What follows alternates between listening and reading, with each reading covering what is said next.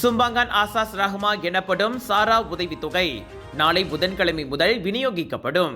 2024 ஆண்டு வழங்கப்பட்ட 10 பில்லியன் ரிங்கேட்டை விட இவ்வாண்டுக்கான இந்த உதவித்தொகை 13 பில்லியன் ரிங்கேட்டாக அதிகரிக்கப்பட்டுள்ளது.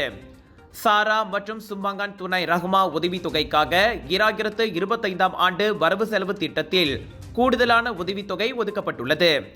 இகாசி முறையின் கீழ் பதிவான ஏழை மற்றும் மோசமான வறுமை நிலையில் உள்ள குடும்பத்தினருக்கு 2024 ஆண்டில் வழங்கப்பட்ட 1200 ரிங்கேட் உதவித்தொகை இந்த ஆண்டு 2100 ரிங்கேட்டாக அதிகரிக்கப்பட்டுள்ளது. இவ்வாண்டு ஜனவரி தொடங்கி மார்ச் மாதம் வரை மைகாட் மூலம் மாதந்தோறும் 100 ரிங்கேட் உதவித்தொகையை தகுதி பெற்றவர்கள் பெறுவார்கள். 2025 ஏப்ரல் தொடங்கி இந்த உதவித்தொகையை மாதத்திற்கு 200 ரிங்கேட்டாக அதிகரிக்கப்படும் என நிதி அமைச்சு இன்று வெளியிட்ட அறிக்கையில் தெரிவித்துள்ளது.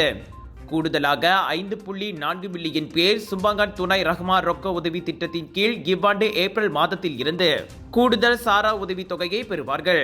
தற்போது சாரா உதவியை பெறும் 7 லட்சம் பேர் மற்றும் எஸ்டிஆர் உதவியை பெறும் 4.7 மில்லியன் பேர் இகாசே தரவு பட்டியலில் பதிவு செய்யப்படவில்லை என நிதி அமைச்சு தெரிவித்துள்ளது.